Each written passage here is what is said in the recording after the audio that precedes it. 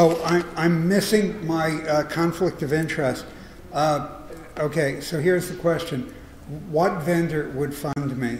The answer is none, and so I have no conflict of interest, unfortunately, for my children's education and the like. Okay, so I have a bunch of questions for you. That's do not for those of you who are mathematically symbolically challenged.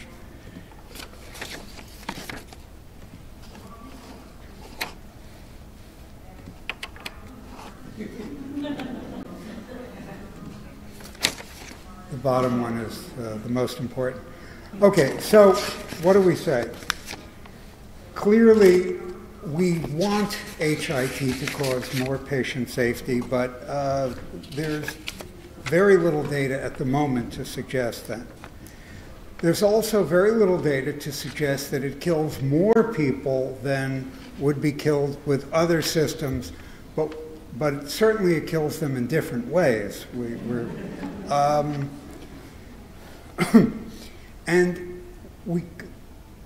It does change patient safety.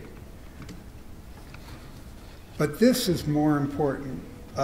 It changes it in different ways. Most importantly, because it's new, just as Peter indicated, it changes in ways that we're not quite sure about yet. Oh, I can see my slides. And that's true, and that's most important. So the question is this: did patient safety generate the drive for HIT, or did HIT vendors drive the desire for HIT as a patient safety advancement or benefit? And I would point to this quote from an organization of which I'm a significant member. I'm head of the evaluation working group of AMIA on some other parts of it. And this guy said this right in front of me, and nobody raised an eyebrow. Well, I did. Thank you. And he's a shrink, by the way, so he should know also, some of you may know the famous Akoff paper. I'm only quoting one part of it. Akoff was a business strategist for Cerner who was going for a master's, and his master's paper was published on Duke University website, MBA. And this explains some of the origins of meaningful use. The whole paper and the quotes are even more remarkable. So the question is,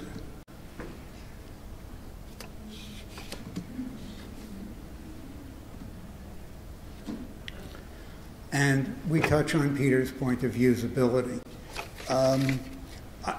I searched for the easiest data item, in part because I know no medicine, that I could think of, and I tried to examine how it is displayed, presented in various EHRs.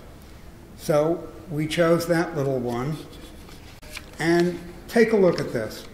So there's not a single psychotic entry up there, but they are all different ways in which EHRs accept the presentation of blood pressure-related information. They can be on the same row, 2 rows, same cell, and then it becomes completely Alice in Wonderland.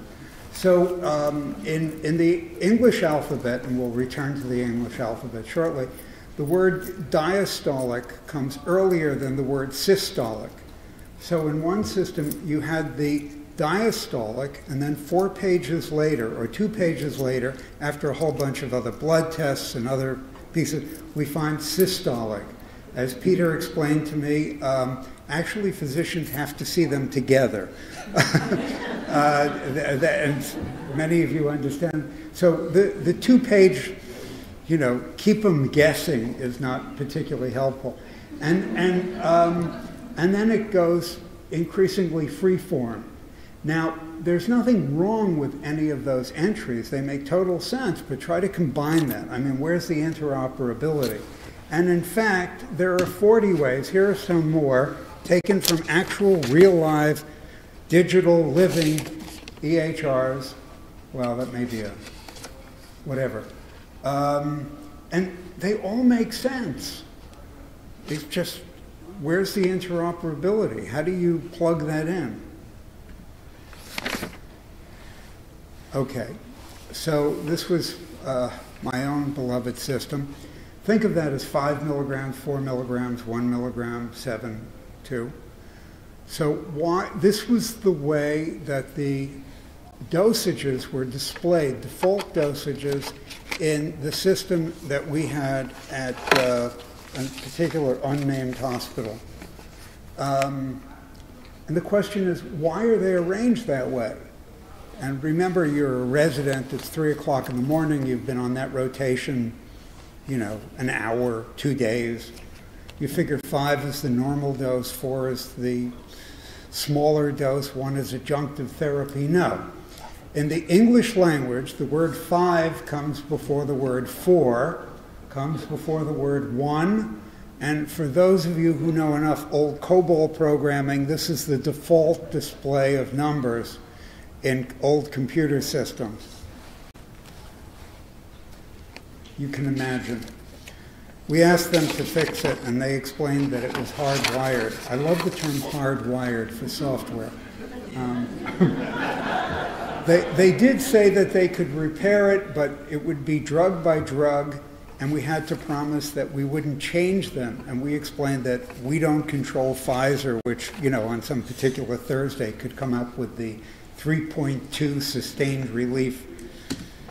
Sorry. Okay, another example. You check no allergy from a drop-down menu, and then because the physician maybe had a philosophy course at her or his life, they say, aha, it's no known allergies. So they check that. The computer then classifies that as multiple allergies. Everybody knows that multiple allergies then means no allergies, right? It turns out that there are people with no allergies, with multiple allergies, excuse me. So they might have penicillin anaphylaxis, latex, slight rash. That's also multiple allergies, but I don't have to finish that sentence. The next one I have to amend because it's been fixed.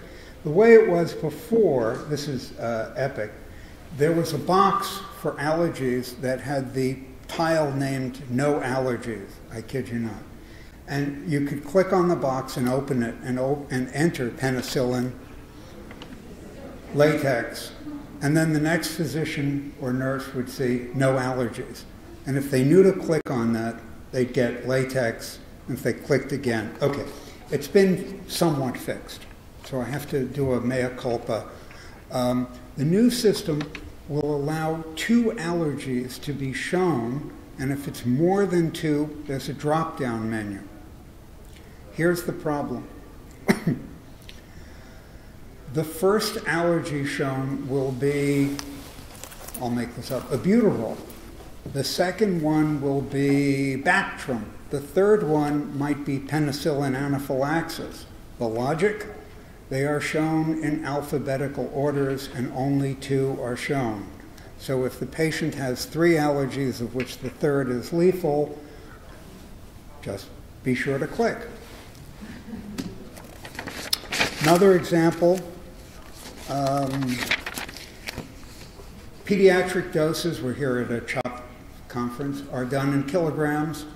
Somebody cleverly had the program change it to pounds, perhaps to help the physician deal with a mother who wasn't familiar with the metric system. Alas, you'll notice in this slide that there is no metric. Now, all pediatric weights are put in kilograms. That's what happens.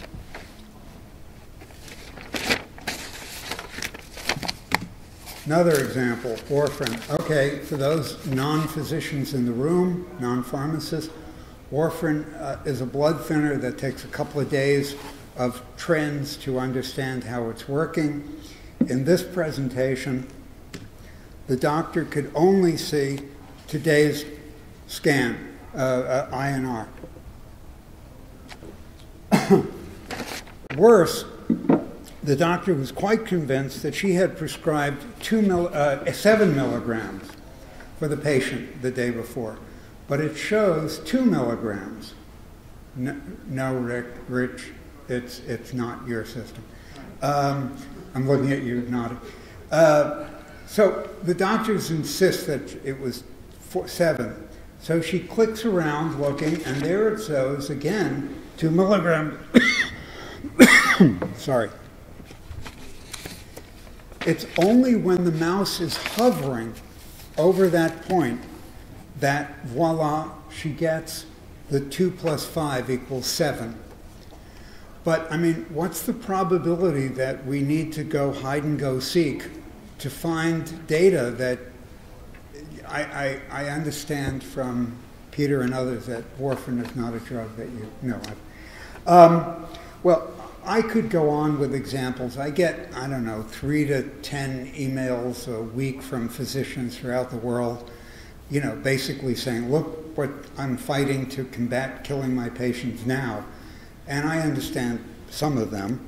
But lacking SSRIs for all of the audience, I'm going to stop with the presentation of this kind of problematic EHR or CPOE presentation and talk about a paper that was co-authored with my colleague Joel Tellis in the audience and others. So you know what barcode medication administration is. Every medication has a barcode on it.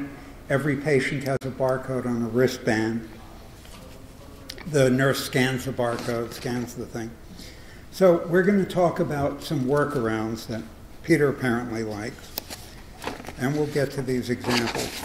So I'm going to violate my first rule, which is, I just love saying that. A lot of the medications had unreadable barcodes. Crinkled, smudged, torn, missing, and my favorite, covered by a label put on by the pharmacy, reminding the nurse to scan the barcode, put on top of the barcode. I wish I were bright enough to make this stuff up, you know. Also, you have malfunctioning scanners that we'll talk about. The other part is there are unreadable barcodes on the patient themselves. So they are chewed, soaked, wrong, missing. The elderly rip them off in dementia. Children bite them off. Neonates suck them out. I only learned of that recently.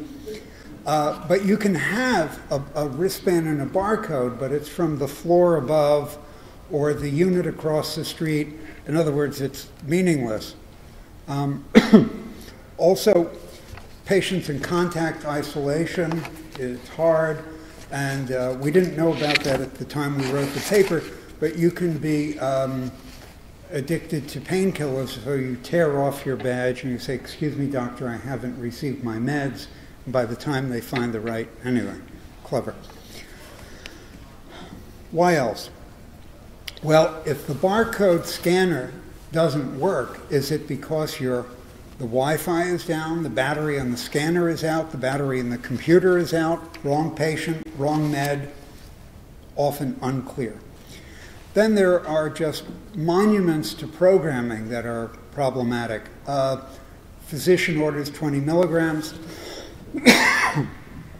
Pharmacy sends up 2 10-milligram tablets. Nurse scans the first 10 milligram. It says no good. She says, aha, I'll scan the second 10 milligram tablet. It still says no good. It was looking for a 20 milligram tablet. And the nurse screams into the scanner, 10 and 10 equals 20. Scanner is not impressed. And then about, I don't know, 20-ish, 25%-ish of medications are refrigerated. You've got a 90-year-old patient. You could wheel her down 2 flights of stairs and across the hallway to the refrigerator.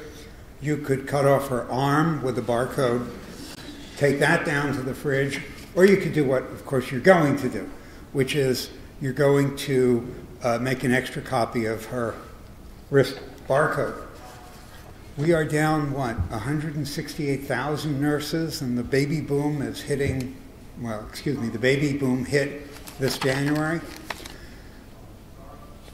You're going to make extra barcodes of your other 4 patients with refrigerated meds. You're going to take all of them down. You're going to carefully separate out the meds from one patient in one pocket, the other patient in another, the third. I don't have to finish that sentence to explain what's going to happen. My co-author on the article that I worked with, Joel, wouldn't let us use the word fat cow in the text, but a cow is, of course, a computer on wheels. A fat cow is what nurses call the cow that does not fit into the patient's room because either there's an extra smart pump, hung on the bed and the bed's been pushed out, the sink has been expanded, there are more relatives in the room. So they leave the cow with the scanning computer out grazing in the hallway happily. They take the handheld scanner, tethered or wireless, into the patient's room. They scan the patient's ID band. They scan the 10 meds, 15 meds that the patient gets. They give them to the patient. They then go out to the hallway where the cow has been happily grazing. Unfortunately, the nurse could neither hear nor see the alert saying it was the wrong patient. So she has just given 12 meds to the wrong patient and couldn't tell with that. So we found barcodes affixed to the most interesting places. That's a winner. You've got 10 patients, you've got a little, key ring thing dangling, and my all-time favorite, you've got 14 patients, you've got 14 wristbands, you're never away from an ID. And then we found them in more places. Scotch tape there, Scotch tape there, Scotch tape there. One WAG suggested that we could improve patient safety dramatically by simply removing Scotch tape from hospital. The door jam one had my dean, who I'd never hear curse, said, "Oh, expletive deleted, patients move, door jams don't."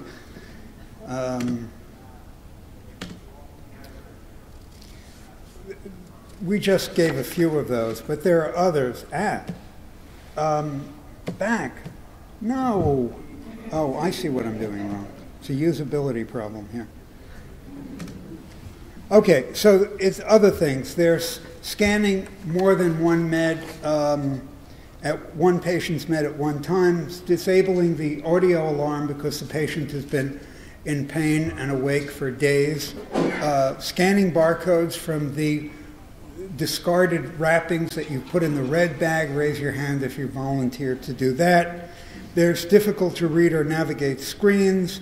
There's alert beeps that sound like confirmation beeps. Peter, that could be tested in a usability lab. What was that sound? Emergencies, pharmacy sending up half the dose with a note saying we're desperately looking for the rest of that dose. We'll send it as soon as possible. And it goes on and on. So we come to the final set of questions.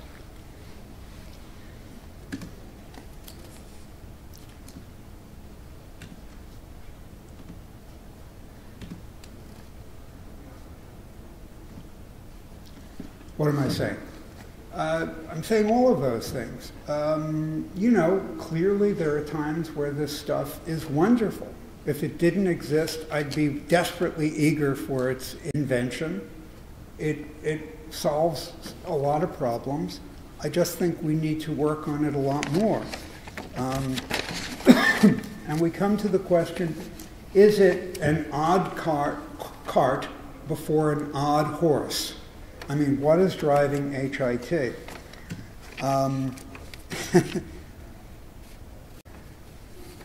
A lot of it, I hold, is really an effort at faith that this technology will work, and I believe that eventually it will. But let's look at some of the motivations. So Many of you know this important article. The co-author, the anchor author was in fact David Blumenthal. And it asked hospitals, what do you need to get IT better, faster? And they said, we need more money, more incentives, tech support, all of those things. And they got all of those things because those were the answers that they got. But remember, I'm a sociologist. I know something about questionnaires. I got a copy of the questionnaire. Those were the only options offered to the hospital. They didn't ask a single question about usability, about clunkiness, about interoperability, about why can't I see my patient's current meds while I'm ordering new meds? Why do I have to scroll through empty deserts of empty cells and rows and columns to find data that should be contiguous? Why does it take me 7 clicks to see systolic and diastolic for the same patient at the same time? None of those questions were asked. And so they found what they asked about. And that, I think, is the problem. And I thank you. And there's time for questions, isn't there? Absolutely.